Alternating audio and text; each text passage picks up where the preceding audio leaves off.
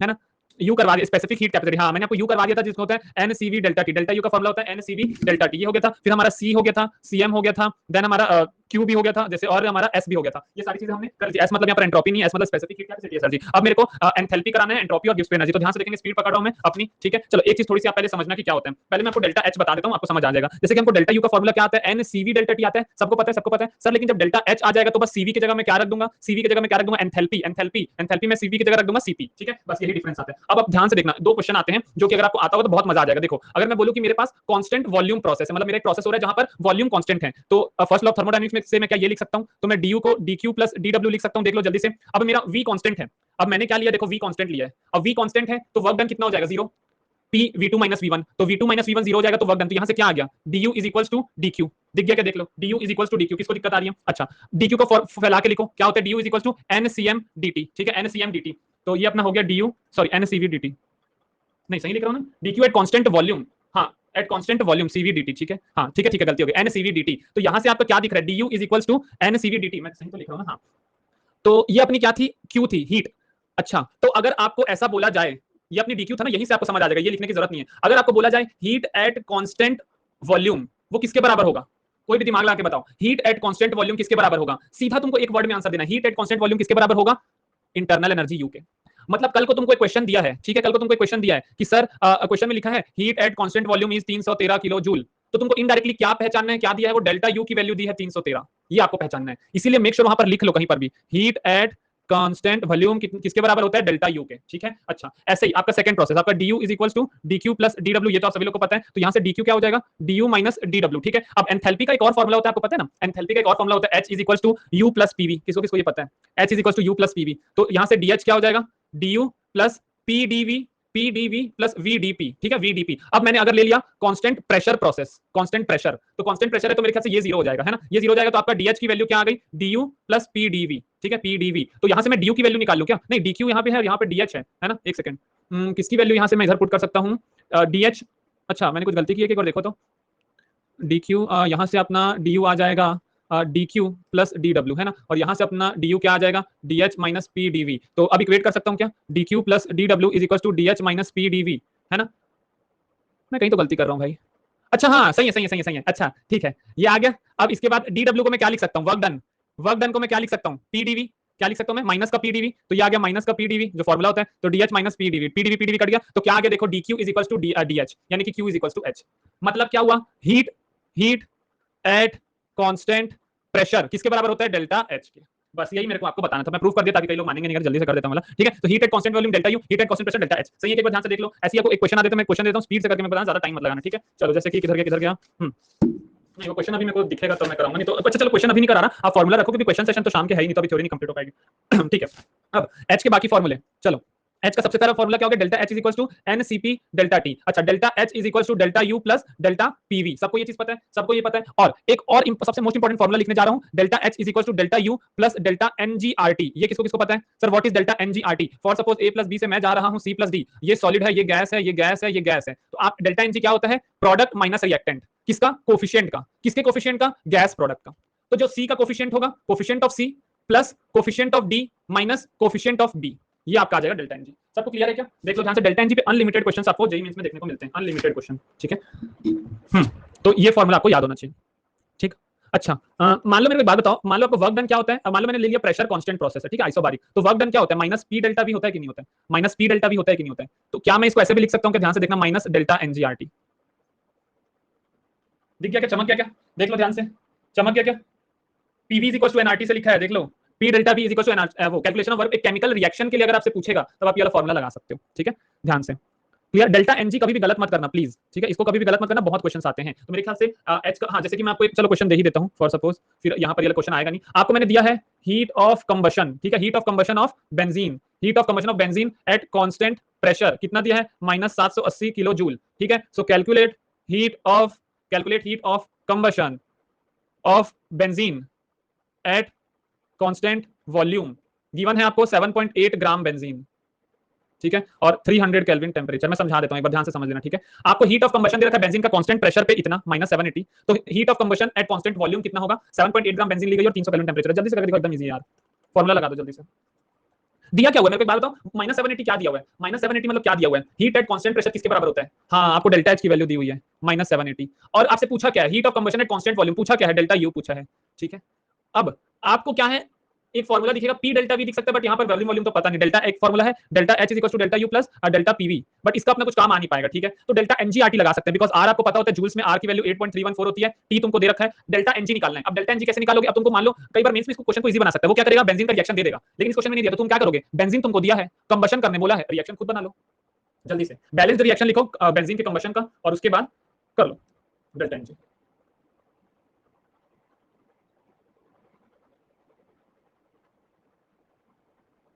कौन इसका सही आंसर ला सकते हो तो मजा आ जाएगा। बेंजीन का कंबशन करना नहीं आता, कैसी बात कर रहे हो भाई? हाँ, केमिस्ट्री पढ़ते हैं 11th क्लास में अपन, फर्स्ट चैप्टर मोल कॉन्सेप्ट, उसमें होता है ये। चलो चलो जल्दी करो, टाइम नहीं है, टाइम नहीं, जल्दी कर लो।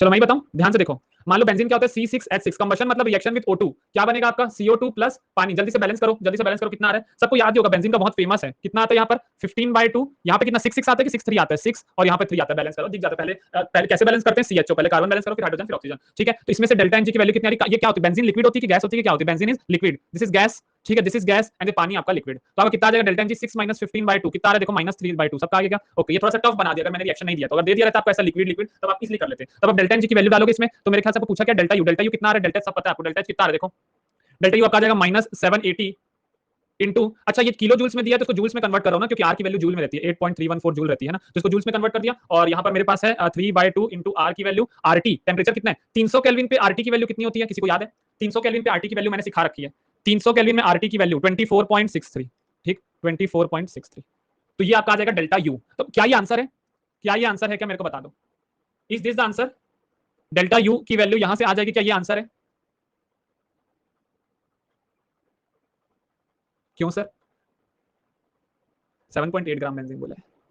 अब तुम अपना रिएक्शन देखो, ये 1 मोल के लिए है, 1 मोल बेंजीन के लिए डेल्टा यू की वैल्यू कितनी आ रही है, मान लो x आ रही है, हमको कितने के लिए निकालना है, 7.8 ग्राम। 7.8 ग्राम मतलब कितना मोल होता है, 7.8 डिवाइड बाय बेंजीन का वेट कितना होता है, 78, 0.1, हम 1 मोल के लिए बोले तो हमको 0.1 के लिए निकालना है, तो आंसर क्या हो जाएगा, x इंटू 0.1। अब चमका क्या, हमको 0.1 मोल के लिए निकालना है। ऐसे छोटी छोटी चीजों को ध्यान रखा करो। अब समझ में आ गया कैसे उसको अपने को देखना, तो delta H is finish and वो खत्म। अब मेरे को ध्यान से देख लो, एक चीज ये बहुत आती है जो कि जनरली मिस कर जाते हैं लोग, क्रिचॉफ्स लॉ।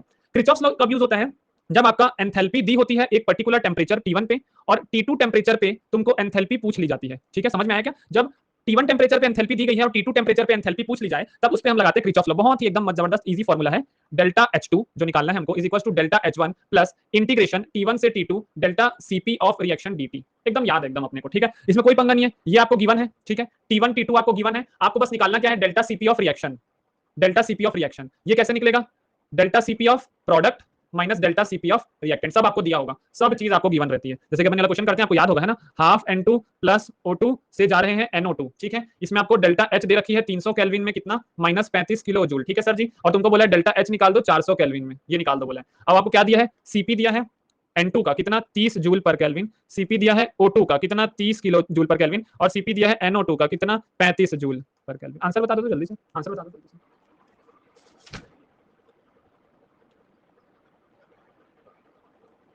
पहले इसको सॉल्व करो, फिर प्रीवियस पेज कर रहा हूँ। अच्छा, फॉर्मूला देखने के लिए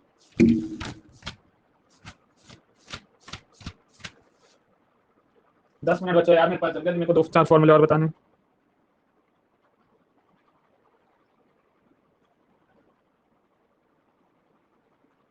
देन क्वेश्चन दिखाऊं, किसका किसका आंसर आ गया भाई, क्या बोला अपने को, सिंपल, हाँ बहुत, -36 kilo joule is the right answer. क्या करना है, डेल्टा H2 निकालना, डेल्टा H1 दिया है -35 किलो जूल है, ये सब जूल में, आर की वैल्यू जूल में होती है, तो हम इसको जूल में लिख लेते हैं, -35,000 प्लस इंटीग्रेशन T1 से T2, T1 से T2 डेल्टा Cp कितना आ रहा है, delta Cp of reaction, NO2 का कितना दिया भाई 35 माइनस N2 का हाफ लेना है यानी कि 15 प्लस 30 कितना आ रहा है, -10, ठीक है, -10 dt, बस। तो ये आ गया -35,000 और -10 इंटू क्या मल्टीप्लाई हो गया 100, तो ये -36,000 जूल यानी कि -36 किलो जूल। बहुत बढ़िया, चलो बना लोगे मतलब आगे। चलो अब दो ना कुछ फॉर्मूले बता देता हूं मैं आपको। सबसे पहले कुछ फॉर्मूले आपको याद है, हमने पॉलीट्रॉपिक पढ़ा था प्रोसेस, कोई भी general process PV to the power x is equal to constant, है ना। इसका वर्क डन निकालोगे कैसे, इसका वर्क डन का फॉर्मूला आपको पता है क्या, इसका वर्क डन का फॉर्मूला ध्यान से देख लेना, मैं बता रहा हूं, nr t2 t1 upon x - 1, ये वर्क डन का फॉर्मूला होता है, nr t2 t1 upon x - 1।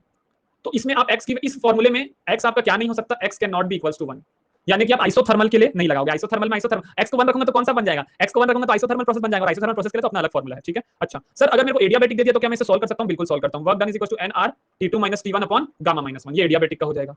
By the way adiabatic का मैंने आपको अलग से बता रखा है पूरा, रिवर्सिबल के लिए और इरिवर्सिबल के लिए, रिवाइज जरूर कर लेना, ठीक है। तो ये वाला फार्मूला आपको याद रखना है अगर आपको कोई भी पॉलीट्रॉपिक प्रोसेस का पूछ लिया जाए तो, ठीक है। इसमें कोई दिक्कत ध्यान से देख लो, nrt2 - nrt1 अपॉन गामा -1। अच्छा अगर आपको nrt2 नहीं दिया है और p2 v2 दिया और p1 v1 दिया तो क्या करोगे? nrt2 को क्या लिख सकते हो? pv इक्वल टू nrt से p2 v2, और इसको क्या लिख सकते हो? p1 v1 अपॉन x -1, इस फॉर्म में भी कर सकते हो। बेसिक इतना बताने की जरूरत नहीं है, खुद ही दिमाग लगा सकते हो इसमें, ठीक है ना। चलो इसके बाद मेरी एक स्पेशल चीज बच गई है, वो मेरे को बताता हूं। हाँ, कई बार हमको ना गामा मिक्सचर पूछता है, गामा ऑफ मिक्सचर। गामा क्या होता है? cp/cv, तो cp mixture upon cv mixture, ठीक। अब what is mixture sir? What is cp mix? ये क्या होता है आपका?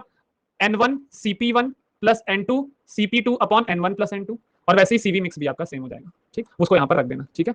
अलग अलग अगर मिक्सचर के लिए दे दिया तो कैसे करते हैं, ये बेसिक से एक फॉर्मूला, अगर कल को पूछ लिया। एक लास्ट चीज मैं आपको बता रहा हूँ, ठीक है। एन की वैल्यू वही मोल्स को जो दिया रहता है आपको नंबर्स, ठीक है, उससे मल्टीप्लाई करना है। बहुत कम ये क्वेश्चन पूछा जाएगा आपसे, ठीक है। मोल है, एन मोल है, एन मोल है, ठीक है। चलो अब मैं आपको एक चीज बताना चाह रहा हूँ, ये फॉर्मूला दो अगर आपने याद रख लिया तो हो सकता है कि ट्रिकी क्वेश्चन आपसे सॉल्व हो जाए, इसका इंपॉर्टेंट मार्क कर लेना। ये एक जनरल किसी भी पॉलीट्रॉपिक प्रोसेस के लिए मैं आपको फॉर्मूला बता रहा हूँ, ठीक है। किसी भी जनरल के लिए नहीं, मतलब ये मैं लिख देता हूँ यहाँ पर साइड में, ये है pv to the power x is equals to constant और tv to the power x - 1 is equals to constant. मैं सिर्फ इन दोनों की प्रोसेस की बात कर रहा हूं। ये दो जनरल पॉलीट्रॉपिक प्रोसेस हैं और केवल इस फॉर्म में अगर आता है तभी आप इसको यूज करना, प्लीज इस फॉर्मूले को, ठीक है। ध्यान से देखो, molar heat capacity is equal to CV plus P by N DV by dt। ये बहुत इंपॉर्टेंट फॉर्मूला, एडवांस में से 3 बार क्वेश्चन आ चुका है, 3 बार एडवांस में से क्वेश्चन, ठीक। और दूसरा है Cm is equal to r upon gamma -1 plus r upon 1 - x, ठीक। ये आपका है। चलो अब मैं आपको एक छोटी सी चीज और बताता हूं। आपको सीवी के कितने फॉर्मूले याद है? मेरे को एक बात बताओ, आपको सीवी का कुछ फॉर्मूला याद है जो भी मैंने पहले बताया था? कोई भी आपको सीवी का फॉर्मूला याद है क्या? सीवी का फॉर्मूला FR/2, हाँ याद है सर। एक और अभी लिखवा रहा हूं, सीवी की वैल्यू क्या होती है? R अपॉन गामा -1, ठीक। क्लियर है? ये दो फॉर्मूले आपको सीवी के याद रखने हैं, FR/2 और R अपॉन गामा -1। तो ये दो फॉर्मूले, तो मैं इंडायरेक्टली और क्या लिख सकता हूं? CM is equal to CV plus R upon 1 - x। Actually मैंने सीवी को खोल के ऐसा लिखा है, ठीक है। मैंने सीवी को खोल के ऐसा लिखा है, और मैं प्लीज मार्क कर रहा हूं, this two formulae is only valid for ये वाला प्रोसेस, ये वाला प्रोसेस, ठीक है। दिस प्रोसेस अगर जैसे कि आपको दे दिया जाए, ध्यान से देखो, आपको बोला जाए कैलकुलेट मोलर हीट कैपेसिटी, यानी कि सीएम पूछ रहा है फॉर अ थर्मोडायनेमिक प्रोसेस जहां पे मोनो एटॉमिक गैस है, मोनो एटॉमिक गैस है, जहां आपको प्रोसेस दिया हुआ है T इज इक्वल टू केवी। चलो इस प्रोसेस के लिए आपको बोला है कि मोलर हीट कैपेसिटी निकालना, कुछ नहीं पता है हमको, सिर्फ मोनोएटॉमिक गैस से क्या पता लगा सकते हो? सीवीसीपी पता लगा सकते हो, ठीक। और हमको सीएम के निकालने बोल दिया, तो हमारे पास अब ये प्रोसेस है, ये प्रोसेस देखो क्या है, T is equal to K V नीचे आएगा, T V to the power -1 is equal to K. हाँ ऐसे ही प्रोसेस आपने सर कहीं बताया था, हाँ T V to the power x - 1 is equal to K, T V to the power x - 1 is equal to K. इस type का जब आपको दिखेगा तो यहाँ से कंपेयर कर लो, x - 1 की वैल्यू कितनी आ रही है? -1। अब क्या है सीएम का फॉर्मूला क्या था? सीवी, मोनोएटॉमिक गैस का सीवी कितना होता है बेटा? 3r/2 plus r upon 1 - x। 1 - x की वैल्यू कितनी हो जाएगी? +1, है ना। तो 3r/2 प्लस r, 5r/2 आ गई क्या? देख लो आंसर, 5r/2 आंसर आ गया, ठीक। तो ये जो फॉर्मूला है केवल इस टाइप के प्रोसेस, मतलब पीवी के पावर में कुछ इज इक्वल टू कांस्टेंट रहा या टीवी के पावर में कुछ इज इक्वल टू कांस्टेंट रहा, तभी आप ये दोनों फॉर्मूले को यूज कर सकते हैं, ठीक है। ध्यान से देख लो इसको, एक आध दिन एडवांस के बहुत अच्छे क्वेश्चन है मेरे पास, वो अपन करेंगे। चलो इसके बाद कुछ अब बचा नहीं है ज्यादा, मैं आ जाता हूं आपके लिए एंट्रोपी पर। What is entropy? What is entropy? जो आपका रैंडमनेस जो है उसको हम बोलते हैं एंट्रोपी, ठीक है। और याद रखना, अगर हम सॉलिड से लिक्विड जा रहे हैं एंट्रोपी बढ़ेगी, लिक्विड से गैस जा रहे हैं एंट्रोपी बढ़ेगी, गैस से लिक्विड जा रहे हैं एंट्रोपी डिक्रीज होगी, लिक्विड से सॉलिड जा रहे हैं एंट्रोपी डिक्रीज होगी, गैस से सॉलिड जा रहे हैं एंट्रोपी डिक्रीज होगी। क्यों? मतलब जब भी आपकी फ्रीडम कम हो रही है तब आपकी एंट्रोपी डिक्रीज होगी, मतलब जितना तुम घूम सकते हो उतना ज्यादा अच्छी बात है। क्लियर है? ये चीज याद रखेंगे पहली चीज तो, ठीक है। तो एंट्रोपी सबसे ज्यादा किसकी होती है? गैस की, फिर लिक्विड की, फिर सॉलिड की। क्लियर है ये चीज? पहली बात। सेकंड, जितना ज्यादा नंबर ऑफ मोल्स होंगे उतना ज्यादा एंट्रोपी होगी, ठीक है। जितना ज्यादा नंबर ऑफ मोल्स होंगे उतनी ज्यादा एंट्रोपी होगी। थर्ड लिख रहा हूं, रिएक्शन में जो अपन वो करते हैं ना, रिएक्शन में अच्छा एक और चीज, हाँ जितनी ज्यादा एटॉमिसिटी होगी उतनी ज्यादा एंट्रोपी होगी। अच्छा आपको पता होगा अपन रिएक्शन लिखते हैं A + B से C + D, है ना, ये चीज लिखते हैं अपन। तो जितना आपका वो ज्यादा होगा उतना आपकी एंट्रोपी होगी। जैसे मैं आपको कैसे बताऊं, पॉजिटिव, यानी कि यहाँ पर आपका पॉजिटिव आना चाहिए, डेल्टा एनजी समझ लो, वही चीज, ठीक है। जो अपन डेल्टा एनजी करते हैं ना, प्रोडक्ट माइनस रिएक्टेंट, वो पॉजिटिव है मतलब आपकी एंट्रोपी बढ़ी है, और अगर वो नेगेटिव है तो आपकी एंट्रोपी डिक्रीज हुई है, ठीक। सिंपल सी चीज है। जैसे मैं आपको बोलूं AgNO3 सॉलिड से मैं जा रहा हूं AgNO3 एक्वस, इसकी एंट्रोपी बढ़ी कि कम हुई? तो डेल्टा एनजी निकाल लोगे। डेल्टा एनजी क्या होता है? गैस वाले को लेते हैं, गैस और एक्वस को लेते हैं, आपको हमेशा याद होगा। तो एक्वस का इधर 1 माने सॉलिड का 0, 1 आ गया, पॉजिटिव आ गया तो बढ़ी है। क्लियर है? अच्छा सर एक डेल्टा एस का सिंपल सा फॉर्मूला बता दो, किसको किसको डेल्टा एस का फॉर्मूला पता है? डेल्टा एस सिस्टम के लिए एक सिंपल सा formula, integration dq reversible process का अपॉन t, ये आपका सिंपल सा फॉर्मूला है, ठीक है। dq upon t, total heat upon time. Sorry temperature, ठीक, डन। अच्छा सर ये तो उतनी काम आपको आएगी नहीं किसी भी प्रोसेस में। डेल्टा एस का सिस्टम का और एक जबरदस्त फॉर्मूला जो सब में काम आता है, बहुत इंपॉर्टेंट है, NCV ln T2/T1 plus NR ln V2/V1। इसी को एक और फॉर्म में लिख रहा हूं, NCV ln T2/T1 plus NR ln P1/P2, ठीक, जैसे अपन आइसोथर्मल। अब ये फॉर्मूला तुमको दिया है, अब कल को तुमको आइसोथर्मल प्रोसेस दे दिया जाए तो क्या करोगे? आइसोथर्मल में ये वाला पार्ट कट हो जाएगा। अब अगर वॉल्यूम दिया तो इससे सॉल्व कर लो, प्रेशर दिया तो इससे सॉल्व कर लो, ठीक, क्लियर है? ध्यान से देख लो, कोई डाउट? हाँ क्या डाउट बोल रहे थे भाई? तुम पूछ लो पूछ लो पूछ लो पूछ लो।